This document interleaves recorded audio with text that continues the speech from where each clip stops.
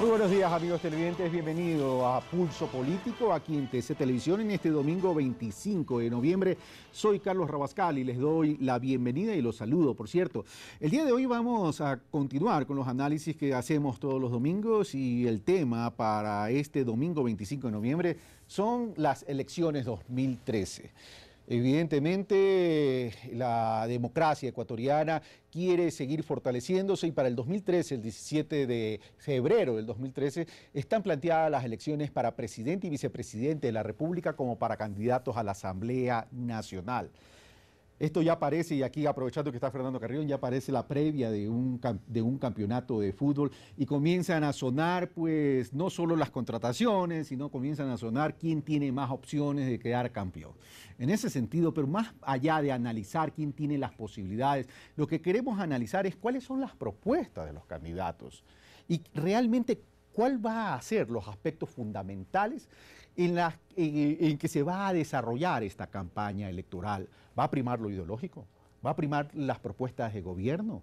¿Va a primar un debate? ¿O va a primar, el discurso político descalificador que en el Ecuador, en las campañas electorales, siempre sale a flote? Para aquello, para analizar sobre este panorama electoral de febrero del 2013, veamos a quién hemos invitado. Fernando Carrión, máster en Desarrollo Urbano Regional, coordinador del Programa de Estudios de la Ciudad de Flaxo, Ecuador, presidente de la Organización Latinoamericana y del Caribe de Centros Históricos. Carol Murillo, socióloga, magíster en Relaciones Económicas Internacionales, ensayista de temas culturales, políticos y literarios. Santiago Basabe, doctor en Ciencia Política, miembro del Comité Ejecutivo de la Asociación Latinoamericana de Ciencia Política, profesor investigador de Flaxo, Ecuador. Bueno, ellos son nuestros invitados y le damos la bienvenida, por cierto, y comienzo de mi izquierda a derecha. Carol Murillo, muchas gracias por estar por primera vez en la mesa de Pulso Político. Bienvenida. Gracias a ti por la invitación. Santiago Basabe, también por primera vez en la mesa de Pulso Político, gracias por estar con nosotros. Y Fernando Carrión, ya un amigo de casa, gracias por estar con nosotros. Le puse su taza blanca con un poco de azul para rendir homenaje a su gusto deportivo. El azul sí es mío. Bueno, amigos televidentes, y para ya entrar al análisis de este tema el día de hoy, veamos lo que nos ha preparado Javier Rosero como reportaje introductorio. Pero quiero aclarar que a la fecha que estamos grabando este programa, que es viernes 23 de noviembre, tenemos 7 candidatos ya calificados y la candidatura del Partido Roldosista Ecuatoriano todavía a consideración del Consejo Nacional Electoral para su calificación o no calificación. Hago esta aclaración porque de aquí al domingo, que es la fecha o el día en que se transmite Pulso Político, ya a lo mejor tendremos, no es que a lo mejor, ya deberíamos tener una resolución de parte del Consejo Nacional Electoral. Sin embargo, dentro del análisis lo vamos a considerar evidentemente al Partido Roldosista Ecuatoriano. Veamos entonces lo que nos ha preparado Javier Rosero. Las elecciones para elegir presidente, vicepresidente y asambleístas nacionales en el Ecuador están próximas y constarán de 2 etapas. La primera vuelta se llevará a cabo el 17 de febrero del 2013 y en el caso de que ningún binomio obtenga más del 40% de los votos y una diferencia de al menos de 10% sobre el segundo binomio, se realizará el votaje o segunda vuelta el 7 de abril del 2013. El 17 de febrero del próximo año serán también las elecciones legislativas para escoger a 137 miembros de la Asamblea Nacional del Ecuador y las elecciones de los 5 representantes del país al Parlamento andino. Entre las principales agrupaciones y figuras para alcanzar la presidencia de la República del Ecuador y en contraposición ideológica y política al gobierno actual se encuentran el Movimiento Creo, liderado por el expresidente ejecutivo del Banco de Guayaquil, exgobernador del Guayas y exministro de Economía en el mandato de Yamil Maguad, Guillermo Lasso, quien dice tener un plan claro de trabajo.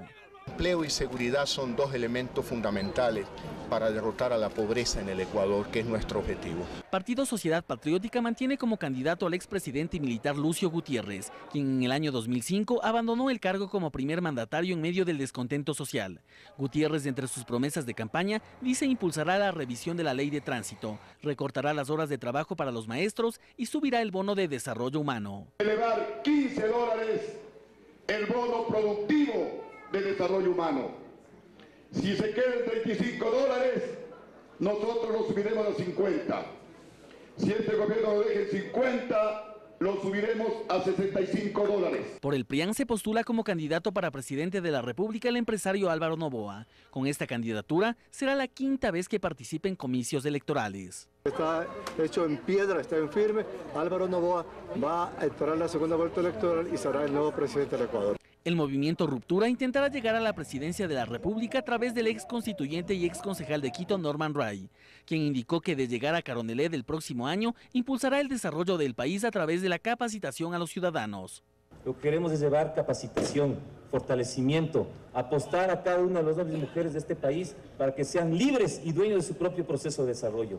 Es ahí donde estamos construyendo. Por el Partido Roldosista Ecuatoriano, el pastor evangélico Néstor Zavala será el encargado a ocupar la candidatura a la presidencia de la República. Esto luego que el Consejo Nacional Electoral impugnara la candidatura de Abdalá Bucarán Ortiz, quien se encuentra exiliado desde hace 15 años en Panamá. Saber exactamente qué es lo que la patria necesita. ¿Necesitamos realmente esta estructura? Una estructura que dice que hace, pero realmente con su boca deshace. El líder del movimiento Sociedad Unida Más Acción Suma, Mauricio Rodas, se presenta como candidato por la lista 23 a las elecciones presidenciales del 2013. Entre las promesas de campaña, dice apostará por el desarrollo sustentable en el país. El abogado y político Mauricio Rodas desde el año 2008 promueve en el país su programa político denominado El Modelo de Gobierno Responsable, en el cual se plasma principios básicos sobre los cuales un gobierno debe ejercer su actividad. A que esta nueva visión que nosotros estamos impulsando para el Ecuador desde el movimiento Suma, estamos convencidos que tiene que estar caracterizada por el impulso del desarrollo sustentable.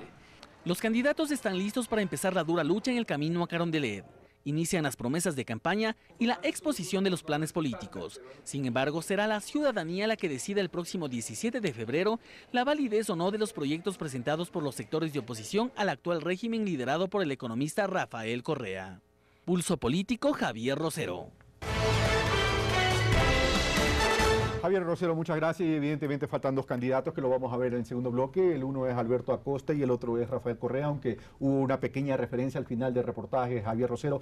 Bueno, con la licencia de la dama de Carol Murillo voy a comenzar con Fernando Carrión. ¿Me otorga su licencia, doña Carol? Bueno, vamos a donde Fernando Carrión, que hemos dicho fuera del programa que ha venido súper afilado el día de hoy. Fernando, bueno, ya tenemos un panorama de candidaturas independientemente de que todavía falta la inscripción del pastor evangélico y doctor en teología Nelson Zavala, Nelson, no es Néstor, es Nelson Zavala, me estaban corrigiendo por interno. Ya tenemos, digo, ese panorama político y también tenemos las inscripciones de las distintas listas de asambleístas. Quiero comenzar preguntándote, para ya entrar después de lleno al análisis de lo que proponen, de las opciones, etcétera. ¿Trae algo de novedad, algo de novedoso estas elecciones distintas a las anteriores, Fernando? Bueno, en primer lugar, un agradecimiento por la invitación y un saludo a los amigos y amigas de aquí en el panel. No sé qué novedad haya, me parece que no es muy claro eso, pero sin duda yo creo que hay un elemento que tiende a definir este proceso electoral, que es el peso y el caudal que tiene el presidente Correa en este proceso. Me parece que todos los intentos que se tuvo para tratar de constituir una oposición a la venezolana, llamémosla así, fracasaron, y yo creo que eso proviene de el carácter de nuestro país. Nuestro país es altamente fragmentado, un país que está fragmentado no solo en términos ideológicos, sino en términos regionales, el corte cívico-militar, el corte étnico, etcétera, hace que esto sea bastante complicado. Y en ese sentido me parece que vamos a tener entre 7 y 8 u 8 candidaturas presidenciales que van a entrar, yo espero que desde este próximo lunes ya con una fuerza inusitada en la campaña electoral. Yo creo que aquí lo interesante también ha sido cómo se conforman los binomios de cada una de las candidaturas justamente para tratar de representar esta diversidad que tiene el país. El primer caso que me llamó poderosamente la atención es el binomio del candidato presidente Rafael Correa. Uno suponía que iba a ser mujer, que iba a ser de la sierra, pero ninguna de estas dos cosas ocurrió y más bien se fue por un candidato costeño. Aquí la impresión que me da es doble. Una, y es que Rafael Correa está escogiendo no un candidato, sino un vicepresidente, que se va a dedicar aparentemente a una de las áreas más estratégicas de su gobierno en los próximos 4 años, cuál es toda la parte minera, petrolera, etcétera. Y en segundo lugar, no solo que escoge un vicepresidente, de hecho, sino que muestra también una trayectoria de su propio gobierno, de su estilo, de su hacer político, de transición hacia la costa, que fue claramente especificada en la consulta popular de marzo del año 2010. ¿Te refieres por la fuerza de la votación de la consulta popular, fundamentalmente en la costa ecuatoriana? Y lo que él mismo ha venido sosteniendo, que el bastión electoral de él va a ser Guayaquil, va a ser la costa. Entonces me parece que aquí su binomio no fue una representación de la diversidad, sino más bien de consolidar una tendencia de su gobierno hacia ese lugar. Ok, gracias Fernando. Ahora sí voy con la dama y después voy con don Santiago. A ver, Fernando ha dicho algunas cosas. Dice, estas elecciones no sabe si nos trae algo novedoso, Carol, pero dice, lo que sí nos trae es un fuerte capital político del presidente de la República con todo el aparataje del gobierno nacional y la dificultad producto del carácter del país de llegar a consensos para una oposición, de llegar a ser una oposición al estilo Venezuela. Eso no se pudo y eso, bueno, también es un poco entendible de acuerdo al carácter y a las características de la política ecuatoriana. Es el candidato presidencial, es un paraguas para tener bloque legislativo. Y por otro lado, habla Fernando Carrión, es de que los binomios pueden traer algo interesante. Hay una alta presencia de género en los binomios, pero Rafael Correa rompe el esquema regional y tampoco se va por el tema de género y pone a un candidato costeño. Carol Murillo, ¿concuerdas que esto va a incidir fundamentalmente en las probabilidades de los candidatos hoy?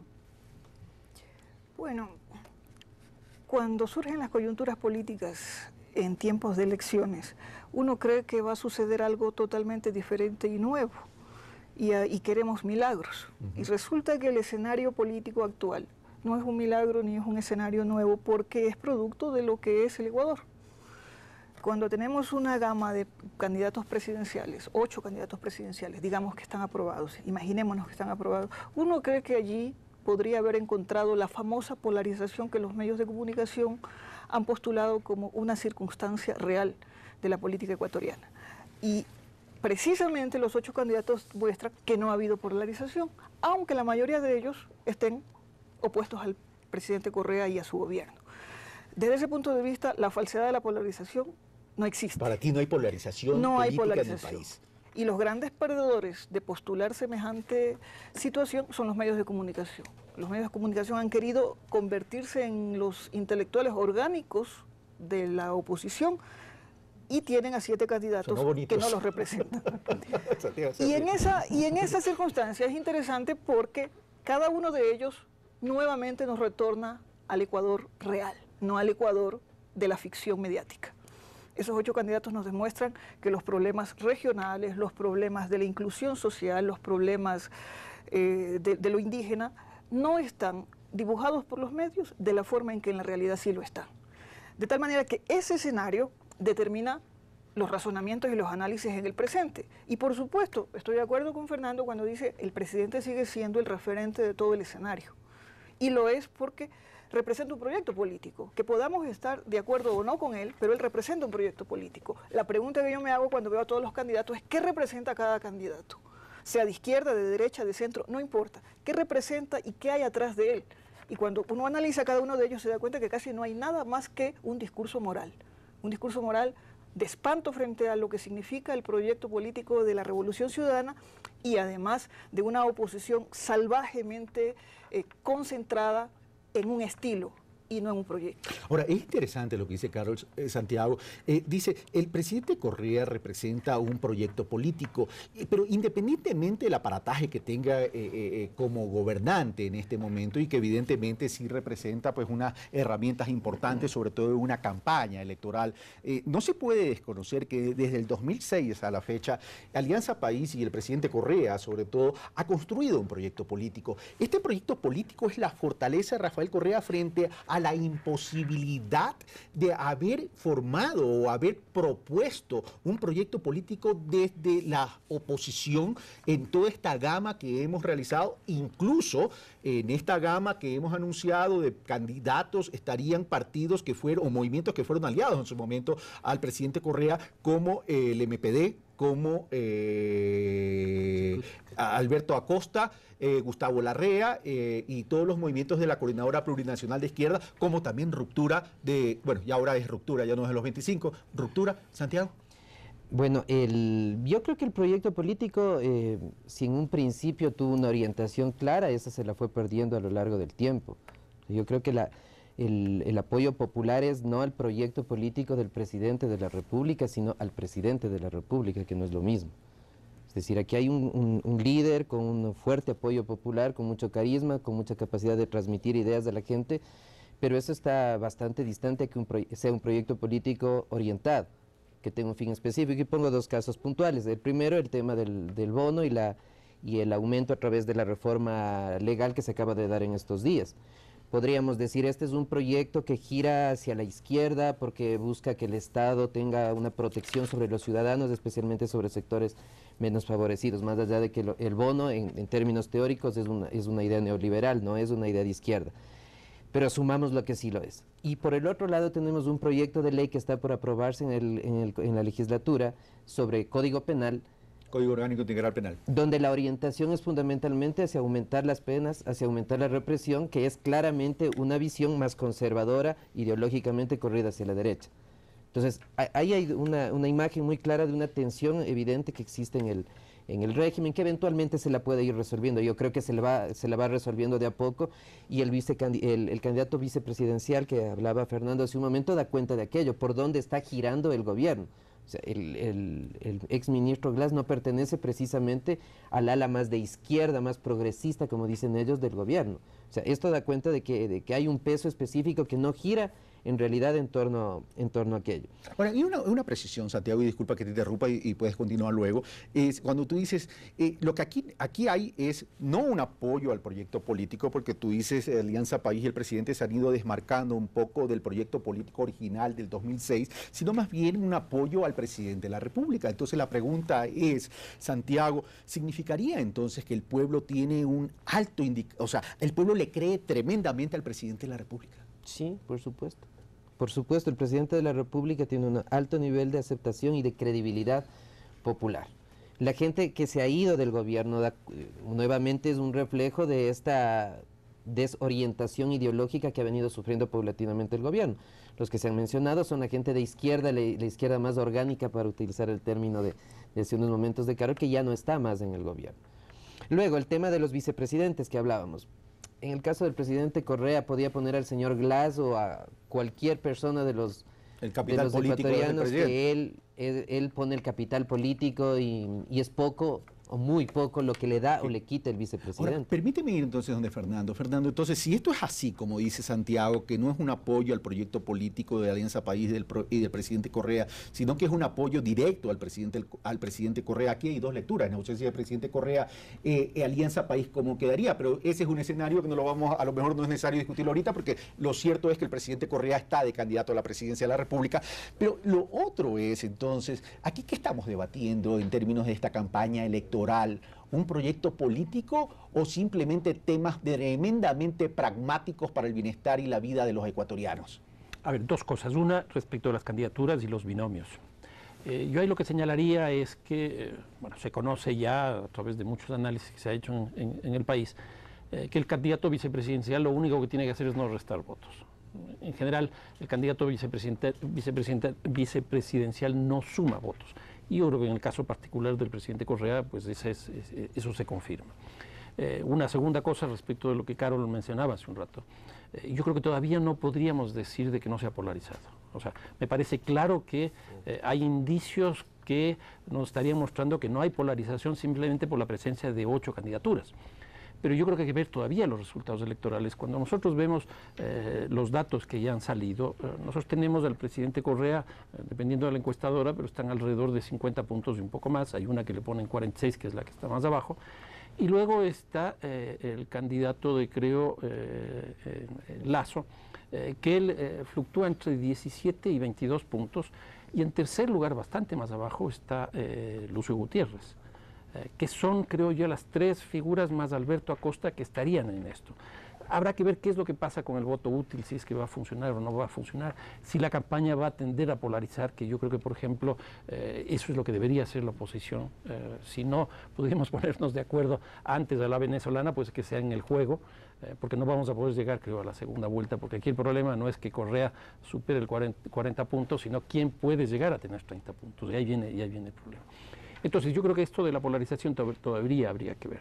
Ahora, respecto del tema del proyecto, yo creo que independientemente de que sea un proyecto que uno lo pueda calificar de derecha, de izquierda, me parece que eso por lo menos no es muy trascendente para lo que quiero decir. Rafael Correa define una forma de conducción del Estado y una forma de conducción de la relación sociedad, economía y mercado que es bastante clara. Y frente a eso, distintos sectores se han pronunciado. Por ejemplo, el caso de los grupos de la izquierda y principalmente Alberto Acosta, lo que ha dicho, en palabras tuyas, se van desmarcando porque no ha sido lo que la Constitución de Montecristi decía. Entonces, ¿qué es lo que ocurre en este caso? Alberto Acosta se va a la izquierda y reivindica la condición de ser la legítima izquierda, con lo cual a Correa le pone en otro andarivel. Y aparece también en este caso otra oposición a Correa, que es el caso de Lasso, más bien desde el centro hacia la derecha. ¿Qué es lo que ocurre con esto? Correa termina en el centro. Y me parece que eso es lo que va a ocurrir en esta campaña electoral, que si ocurre eso, Correa ganará, me parece, muy fácilmente, porque tendrá, en otras palabras, los extremos de la derecha y la izquierda en su alrededor, y él podrá por primera vez posicionarse de una manera muy clara en el centro, con lo cual obviamente que saldrá ganando mucho más caudal de votos de lo que uno supone. Ahora, Carol, dice Fernando Carrión que discrepa contigo en el tema de la no polarización. Dice, habrá que ver cómo avanza este tema en la campaña electoral. Y menciona el tema de derecha e izquierda, que más allá de discutir si somos de derecha, somos de izquierda, el tema es al electorado le interesa esto, o le preocupa esto, si los candidatos son de derecha, son de izquierda. Y por otro lado, habla de que la discusión un poco sobre el tema de alianzas países ha sabido resumir el tema de las aspiraciones de los ecuatorianos entre sociedad, economía y mercado. Caro, tu turno. Bueno, es decidor cómo se eligió candidato a vicepresidente en Alianza País. Y es decidor porque el mensaje que yo interpreto de esa elección, de ese candidato a vicepresidente, no tiene nada que ver con lo ideológico. Creo que el mensaje y el terreno en el que se está moviendo Alianza País y el gobierno es un terreno eminentemente político, pragmático. Y creo que el mensaje tiene que ver con el hecho de que se está nombrando a un compañero de equipo. Y cuando ves el candidato vicepresidencial de Alianza País en Glass y luego ves cómo se conformó la lista de asambleístas también de Alianza País, tú no estás viendo allí salpicado de la ideología a esos candidatos. Lo que estás viendo es que Correa está pensando en un equipo de gobierno, y un equipo de gobierno que esté en el Ejecutivo y que esté en el Legislativo. Y eso es, en términos políticos, absolutamente ingenioso. Ingenioso porque no están pensando en una cuestión absolutamente diferente, relativa. No, están queriendo copar la posibilidad de que el proyecto siga siendo viable. O sea, y de ahí, solo una precisión, Carol, de ahí entonces podría esto significar que al escoger gente que ha estado ya en el engranaje de todo este andamio de Alianza País, lo que él ha buscado es más lealtad a lo que él podría denominar su proyecto político. No, porque por una sencilla razón. La palabra lealtad se la ha embadurnado de una serie de cuestiones negativas. Creo que lo que está buscando es gente que trabaje. Cuando yo te hablo de equipo, yo quiero gente que venga a trabajar en este proyecto y que trabaje de manera eficiente. ¿Y qué le pide la gente a un gobierno o a cualquiera, que no solamente a Correa, que trabaje?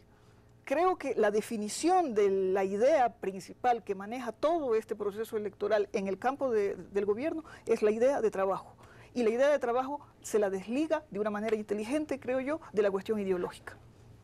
Y en ese punto de vista, ponernos a discutir acerca de los parámetros inamovibles de la izquierda o de la derecha, creo que es inútil. Me parece inútil. Ok, gracias, Carol. Si ustedes tienen algo que opinar con relación a Carol, les agradeceré que lo hagamos luego del primer corte comercial. ¿Les parece? Venimos de inmediato, amigos televidentes. Recuerdo, este es Pulso Político. Soy Carlos Rabascal y estoy con Carol Murillo, Santiago Basabe y Fernando Carrión analizando las distintas perspectivas, opciones y el panorama electoral de cara a las elecciones de febrero 17 del 2013. Venimos de inmediato.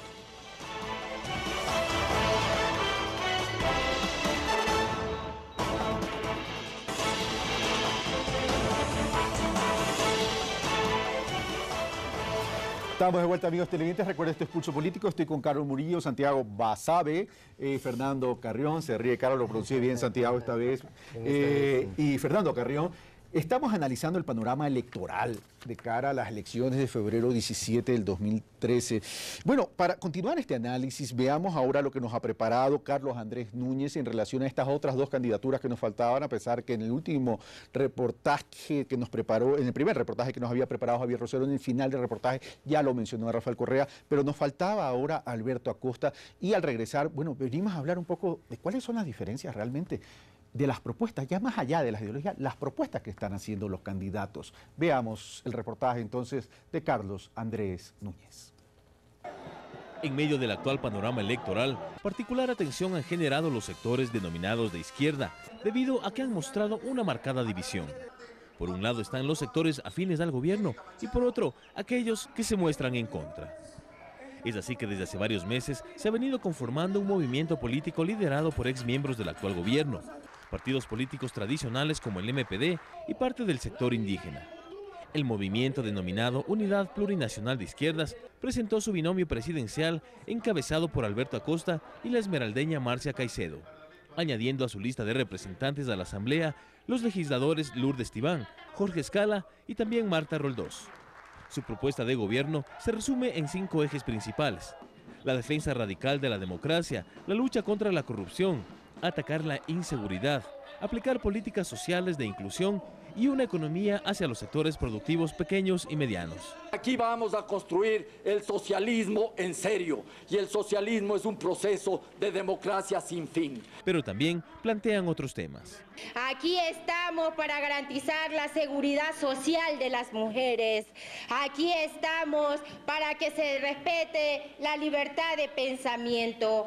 Aquí estamos para constituir el Estado plurinacional. Nosotros defenderemos la libertad de expresión, no solo de los comunicadores sociales, sino de todo el pueblo ecuatoriano, porque sin libertad no hay espacio para la crítica. Sin espacio para la crítica desaparece el debate público, y sin debate público muere la democracia. Por otra parte, el movimiento de gobierno, cuyo binomio presidencial es el actual presidente Rafael Correa y el exministro Jorge Glass, ha manifestado la necesidad de radicalizar el proceso de la revolución ciudadana en un nuevo periodo.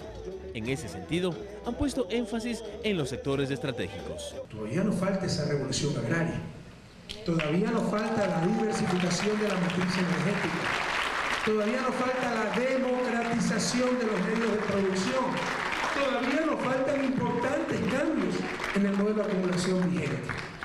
Y todas esas tareas también se las entregaré al vicepresidente de la República, en este caso a este gestor extraordinario, nuestro compañero Jorge Glass.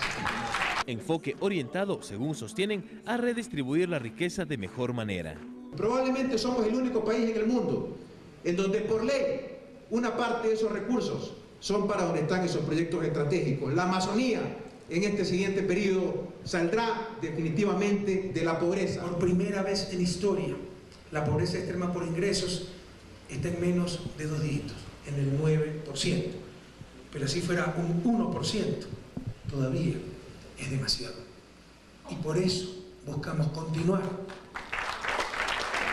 con el poder político, manejando el Estado. Proponiendo una lista de candidatos asambleístas que incluye a Fernando Cordero, actual presidente del Parlamento, y a conocidos funcionarios del actual gobierno, así como algunos futbolistas. El programa de gobierno de Alianza País consta en total de 35 propuestas enmarcadas en el llamado socialismo del buen vivir. En medio de este escenario se mantienen algunas inquietudes, pues aunque ambos movimientos políticos se autodenominan socialistas y sus propuestas parecieran coincidir en muchos aspectos, al parecer surge un marcado enfrentamiento de visiones que genera un escenario complejo donde las tendencias políticas, al parecer, van más allá de los conceptos. Carlos Andrés Núñez, Pulso Político. Tendencias políticas más allá de los conceptos. Carlos Andrés, te inspiraste. Comienzo por Santiago Basabe. Santiago, bueno, hemos hecho una revisión de todos los candidatos, pero veamos lo que proponen. A ver, ¿qué estamos discutiendo aquí? Para Rafael Correa, el modelo de desarrollo que ha implementado, de acuerdo a su criterio, de acuerdo a su visión de este proyecto político que tú mencionas, no existe, pero que para ellos sí existe, está sustentado ¿en qué? Como muy bien dice Fernando, en sociedad, economía y mercado. Y esta ecuación de desarrollo con esas tres variables para ellos es el fundamento de Alianza País y de Rafael Correa. Pero aquí hay un elemento importante. Una economía extractivista, es decir, aprovechar el precio del petróleo para reducir o eliminar la inequidad y en paralelo ir diversificando matriz energética, diversificando matriz productiva, etcétera, etcétera, etcétera. Frente a un discurso de Alberto Acosta que dice vamos a incrementar el impuesto a la renta al 50%, con los cuales hasta los calvos le salieron pelos, y por otro lado el tema de que dice no a la economía extractivista, con lo cual es un discurso tremendamente ecológico, ambientalista y con un modelo de desarrollo completamente distinto. Y sale un Guillermo Lasso que, si bien todavía no alcanza a delinear su propuesta de gobierno, porque está fundamentando mucho en el tema empleo y del emprendimiento, y no ha salido de ahí, más allá de ratificar ciertas cosas del gobierno nacional que continuaría, como el tema de educación, por ejemplo. Y los otros candidatos, hasta ahora no se conoce nada de sus propuestas. Entonces, el electorado va a tener este escenario de propuesta. Frente a este escenario de propuesta, se está discutiendo entonces, o el elector, ¿qué podría escoger? ¿Lo pragmático, con lo cual llena la olla, o lo ideológico y dogmático que proponen algunos otros candidatos? Bueno, creo que el primer caso, ¿no?, con lo que se llena la olla, y hay una acotación respecto a lo que decía Carol, que yo estoy en absoluto desacuerdo, que lo ideológico es inútil discutirlo. O sea, si lo ideológico no se discute en la política ¿de qué se trata? O sea, ¿cuáles son las ideas de la política? Podemos todos estar de acuerdo en que el tema de salud es un tema clave para el Ecuador, o el tema de la educación. ¿Cómo vamos a mejorar la salud? Podemos tener una visión diferente si somos de izquierda, si somos de derecha. Igual en otros temas.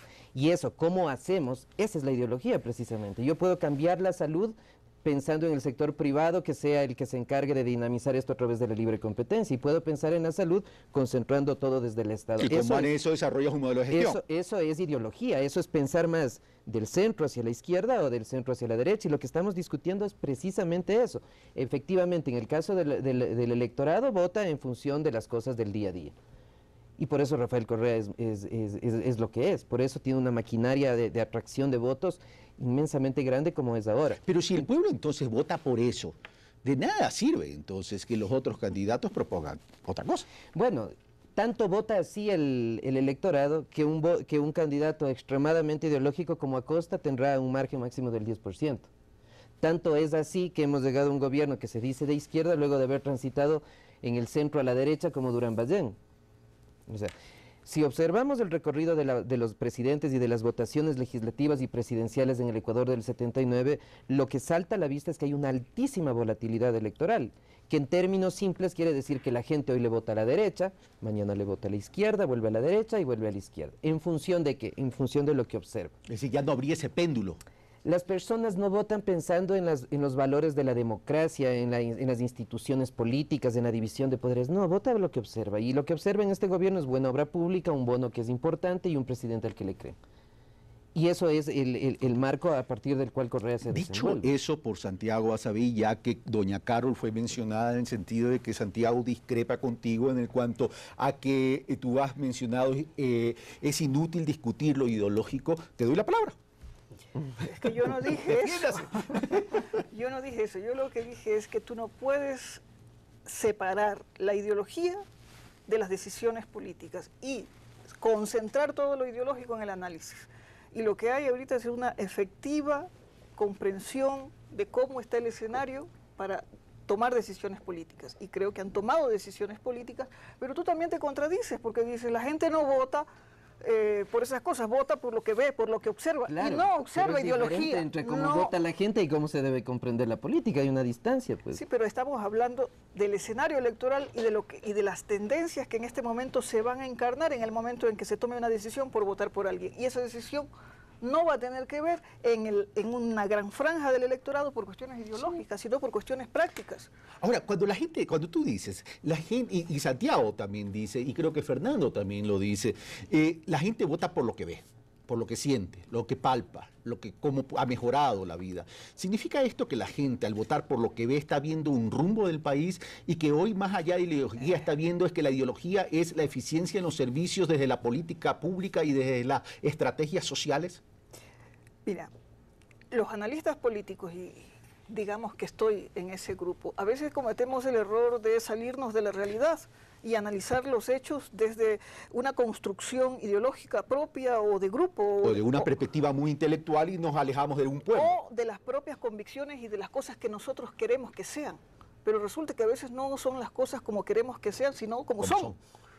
Ya quisiéramos que el país y la gente votara de una manera racional y esté pensando en el Estado y en todas aquellas cosas maravillosas que el deber ser de la política nos dice, pero en la realidad las cosas son diferentes. Son tan diferentes que todos los candidatos de cualquier, sea de Sociedad Patriótica, de Alianza País, de Creo, de lo que seas, tú miras las listas y ves unas cosas estrambóticas, por decirlo menos. Y tú dices, ¿pero por qué? ¿Por qué futbolistas? ¿Por qué cantantes? Los presentadores de la radio y de la televisión están asustados por lo que pasa. ¿Pero acaso no son los futbolistas, los cantantes, los presentadores de televisión productos mediáticos que en determinados espacios tienen una estelaridad y en otro espacio no la tienen? Esos son productos sociales de este país, de esta sociedad. Cuando se cambian a otro escenario, comienzan a ser rechazados, mientras tanto no. O sea, ese moralismo y esa manera de calificar a estos seres que de pronto encarnan lo que realmente es el país, a mí me parece no aterrizar. Okay. Y querer pensar el análisis político solamente por el deber ser ideológico me parece también un tremendo error. Si prejuicio, Fernando, y ahora sí, mira que te doy la palabra al último, te doy la palabra al último, hago esa aclaración. Es una broma que no la puedo contar ahorita. Si prejuicio que puedas, digo, acotar, lo dicho por Santiago, lo dicho por Carol, en este sentido, el pueblo ecuatoriano, o mejor dicho, estos distintos actores de la política, que están opuestos a Correa, es decir, los otros candidatos evidentemente también quieren ganar el campeonato, en este caso quieren ganarle a Correa, independientemente si se juntan, no se juntan, etcétera, etcétera, porque ya están inscritos, están dispersos, etcétera, etcétera. Estos candidatos, digo, que han tenido la imposibilidad de instrumentar una propuesta concreta de un proyecto, o por lo menos hacerlo ver como un proyecto. Entonces, si se creen perdedores, realmente están apuntando a tener una construcción y un posicionamiento de aquí a 4 años más, pensando que Correa se va a desgastar y que ese proyecto político se va a desgastar y que ya no tendría más chance.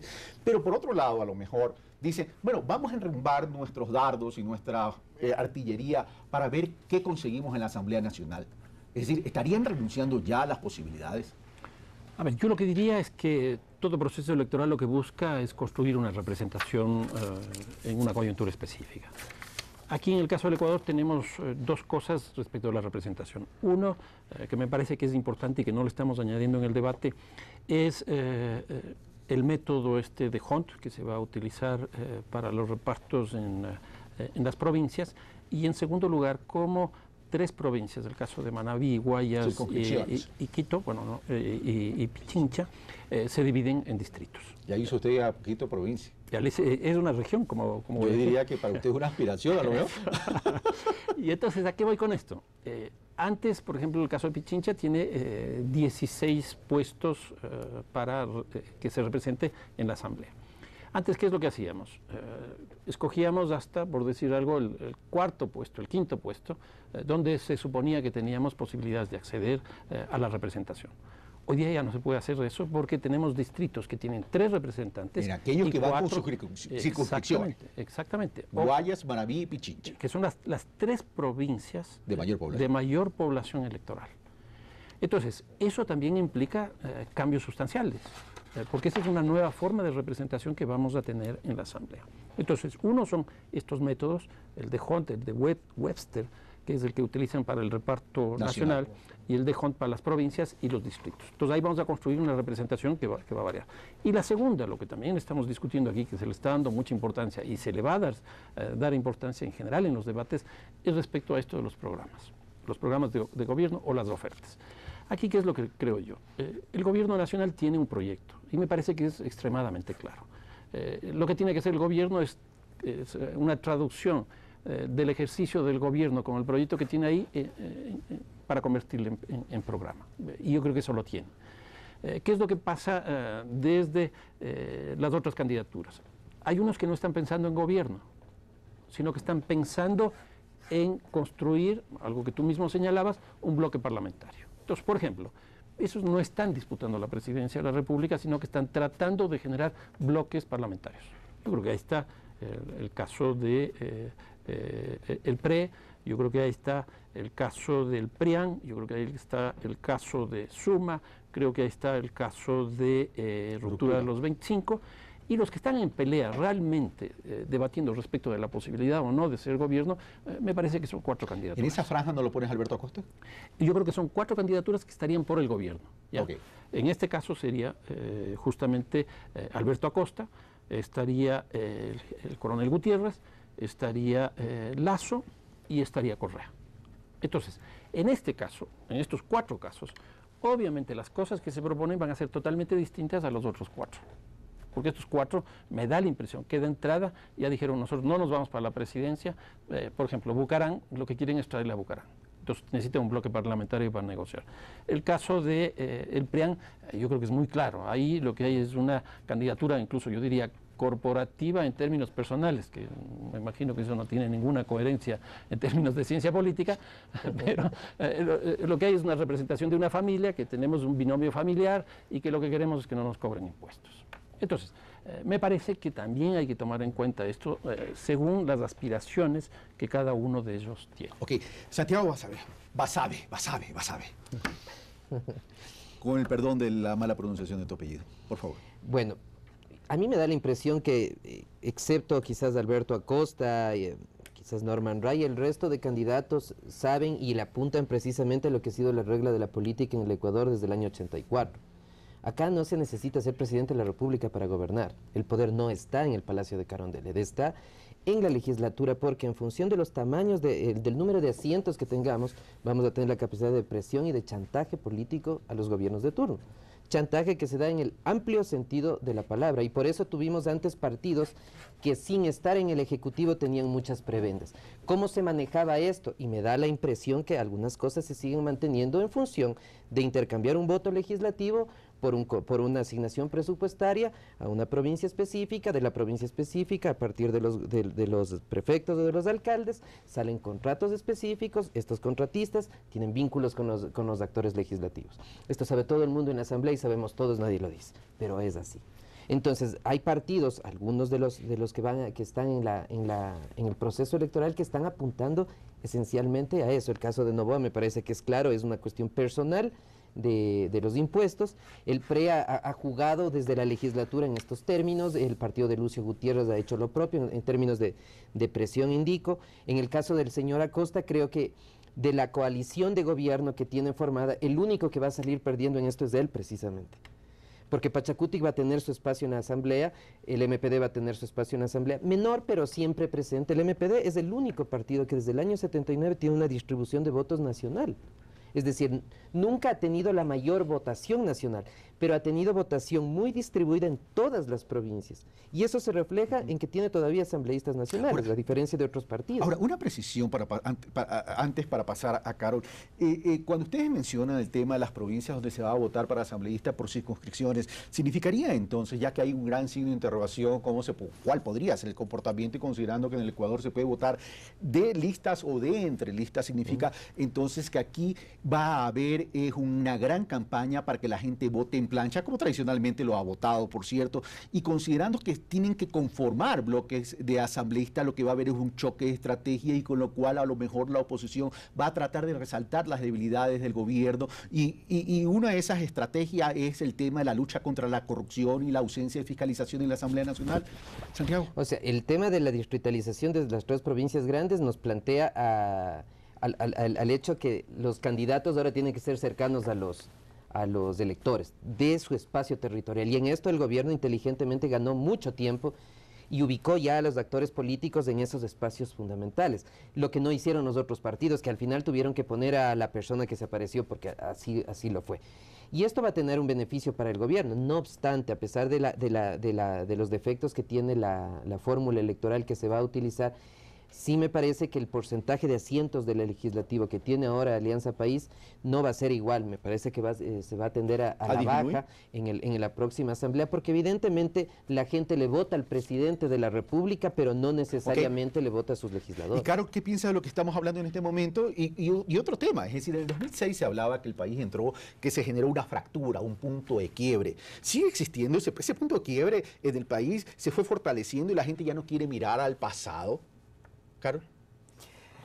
Mira, cuando tú dices, Santiago, que la gente o que los partidos políticos con sus candidatos quieren cogobernar, yo creo que diría más bien quieren contragobernar y que el elector, peor todavía, claro, peor todavía. La palabra es más dura, más fuerte, es una categoría muy fuerte.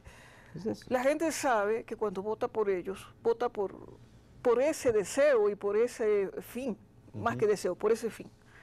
Cuando vota por el proyecto político del gobierno, sabe que vota por un proyecto, valga la redundancia, vota por una cosa que todo el mundo sabe que está clara. Un proyecto político que tiene en el Estado, en la recuperación del Estado, su principal instrumento de lucha. Segundo, vota también porque hay un plan nacional de desarrollo que antes no había. Con todas las críticas que uno pueda tener con el plan de desarrollo o a la forma como se ha recuperado lo público en el país en los últimos 6 años. Vota por eso. Y creo que el llamado fundamental de la presente coyuntura político-electoral es que el gobierno llama a votar por un proyecto. Y necesita para ese proyecto no un presidente de la República, necesita un equipo de gobierno en todos los espacios. Y desde ese punto de vista yo quisiera señalar la manera un poco reduccionista que se tiene de analizar el fenómeno Rafael Correa. No se lo analiza como un fenómeno, se lo analiza como un ser un poco celestial. Mesiánico. Mesiánico, y se lo reduce todo a su estilo confrontativo, a su estilo, bueno, todo lo que se dice del presidente. Yo creo que atrás del presidente hay algo más que su estilo. Hay un proyecto que, te repito, nosotros podríamos señalar algunas cosas con las cuales no estamos de acuerdo. Sin embargo, eso está clarísimo. Si algo tiene este proyecto, no es la incoherencia, como dicen algunos, es todo lo contrario, es absolutamente coherente. Y a lo mejor de ahí nace una estrategia, tener distraído a la oposición en el estilo y no ver el fondo de la propuesta de Correa. Bueno, es que no solo es la oposición, hay una serie de sectores que no solo tienen que ver con la oposición política, que están distraídos en eso. Y están distraídos precisamente porque del otro lado deberías tener también la propuesta de un proyecto. O sea, si tú sientas aquí al señor Lasso, al señor Lucio, la idea sería preguntarles a ver cuál es su proyecto. Y ¿qué te dicen? Vamos a poner la cerveza los domingos. El señor Lasso sabe decir eso. Bueno. Entonces, cuando tú ves eso, tú te ríes, o sea, porque la fortaleza de Correa no está en su estilo, está en que él encarna un proyecto político absolutamente sólido. Entonces, vuelvo a dejar planteada la pregunta que le hice a Carol para al regreso del corte, ustedes me la puedan contestar. En el 2006 se habló de un punto de quiebre. Ese punto de quiebre se dio, pregunto, y apalancándome lo dicho por Carol, es decir, la recuperación de lo público, dice Carol, se dio. De ahí, a lo mejor, mayor presencia del Estado, a pesar de que en esta ecuación de modelo de desarrollo, Rafael Correa, como lo definió Fernando Carrión, dijo sociedad, economía y mercado. Es decir, está jugando un papel importante esta mayor presencia del Estado en términos de regulación, en términos de políticas públicas orientadas a lo social y esa recuperación de lo público. Esa es la pregunta que dejo planteada. Y ya venimos, entonces, con el tercer y último bloque, con el análisis y también con las conclusiones.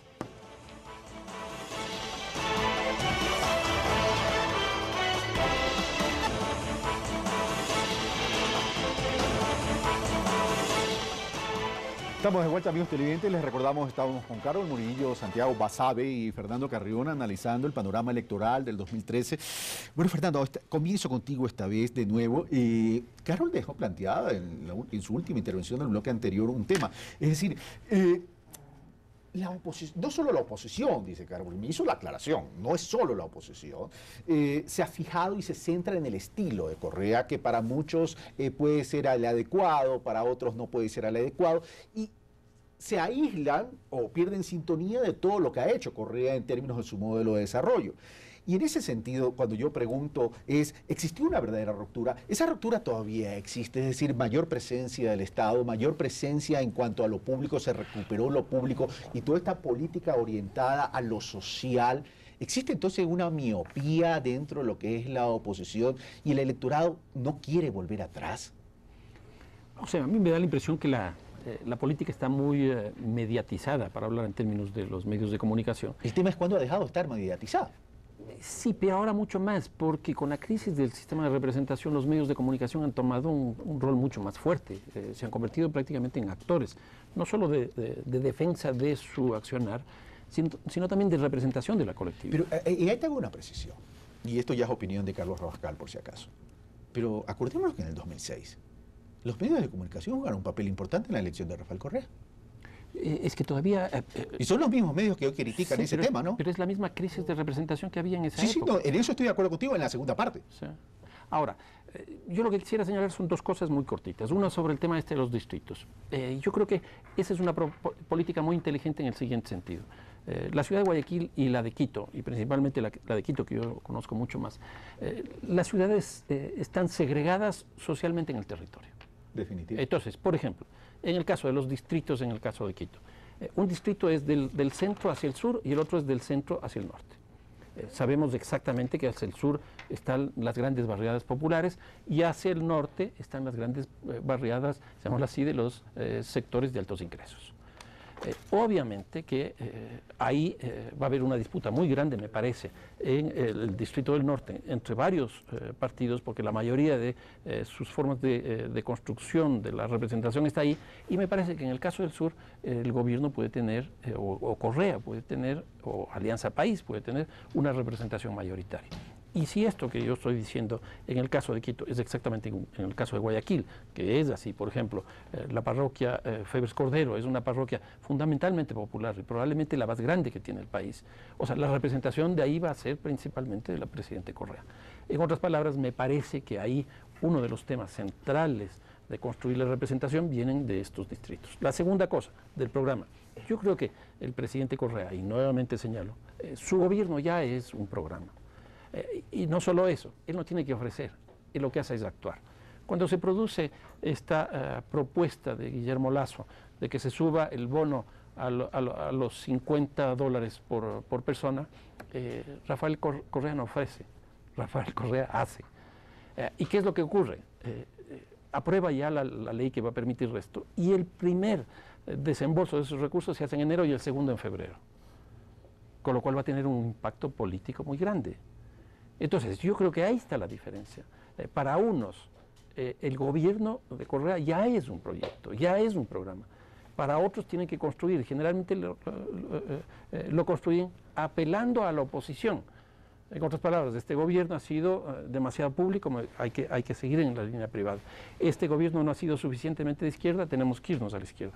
Entonces, yo creo que el gran elector, independientemente de la posición que tengan, el punto del centro este rato es Rafael Correa. Bueno, Fernando acaba de hacer un lineamiento de este mapa electoral, es decir, en los barrios populares, dice, Correa va a tener una gran mayoría, y en los barrios del norte, por llamarlo de alguna manera, tanto en Guayaquil y Quito, yo Manaví no opino porque no conozco muy bien el tema de la realidad electoral de Manaví, también sucedería lo mismo. Pero aquí viene la pregunta.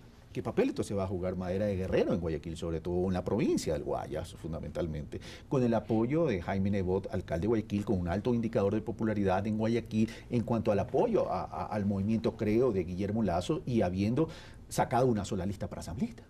Bueno, Guayaquil va a ser, y el Guayas en general es un tema de discusión para el gobierno, me parece, más allá de la retórica en el sentido que va a ser su fortín, Madera de Guerrero, el Partido Social Cristiano, tiene una amplia aceptación popular en la provincia en general y sobre todo en la ciudad de Guayaquil. ¿Pero es el movimiento Madera Guerrero, es el Partido Social Cristiano o es Jaime Nebot? Es Nebot y algunos líderes que están alrededor de Nebot.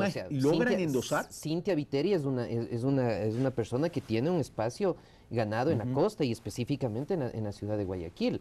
Entonces, y es el Partido Social Cristiano con las ideas social cristianas, que más allá de que nos gusten o no, tiene unas ideas muy claras que en eso, y vuelvo al tema del proyecto político, si observamos cómo concibe la seguridad ciudadana, por ejemplo, el Partido Social Cristiano, cómo concibe algunos temas de libertades de las mujeres, como el aborto, es exactamente como la concibe el presidente de la República.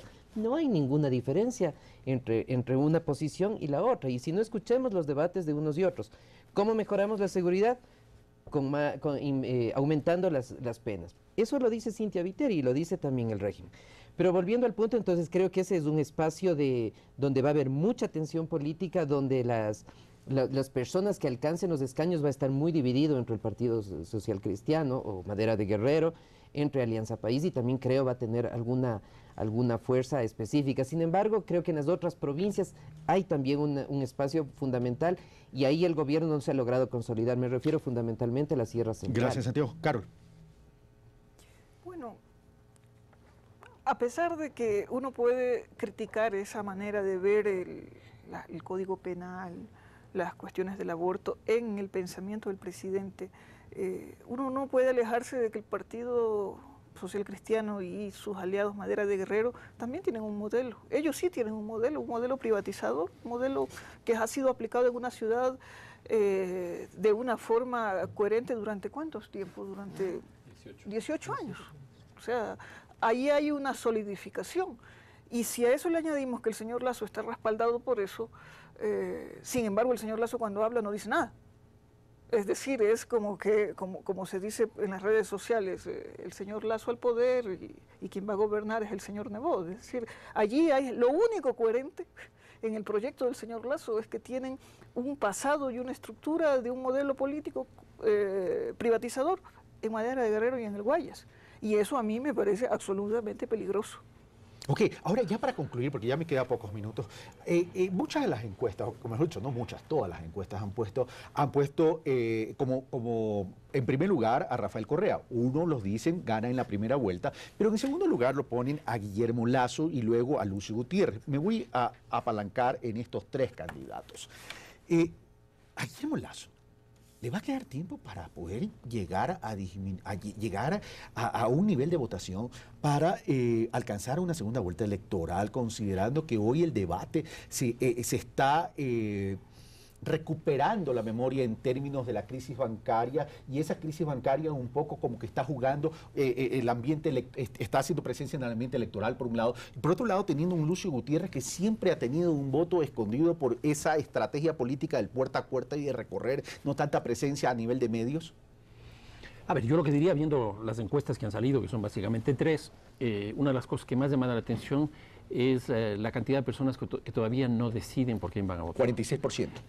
Claro, estamos arrancando la campaña electoral, son 3 meses de campaña electoral, pero empezar casi con la mitad del electorado indeciso es una cantidad muy grande. Esa pregunta se le hice a Ángel Polibio Córdoba y me dijo, sí, si bien es importante, me dijo, hay que medir la tendencia. La indecisión nació en el 63%, hoy al 46%, pero resulta que en la disminución de los indecisos, el que sale beneficiado en cuanto a tendencia es Rafael Correa. ¿Qué opinas? A ver, generalmente lo que ocurre con los indecisos es que tienden a reproducir la misma actuación de la gente decidida. Pero de todas maneras, esto quiere decir que si tenemos el 50%, para poner un número redondo, todavía de indecisos, la campaña electoral es la que va a definir mucho. Ahora, la campaña electoral no se define en abstracto, se define en concreto. Nuevamente, yo creo que ahí el presidente Correa tiene cosas muy importantes, pero no hay que desconocer que el arranque de la campaña electoral de Guillermo Lasso, por lo menos a mí me ha sorprendido y ha sido fantástico. Es decir, desde que acepta la candidatura, que estaba con alrededor de 10, 12 puntos, llega, dependiendo de la encuesta, 17, 19. Hasta 22 llega a subir en una de esas, de 17 a 22 puntos.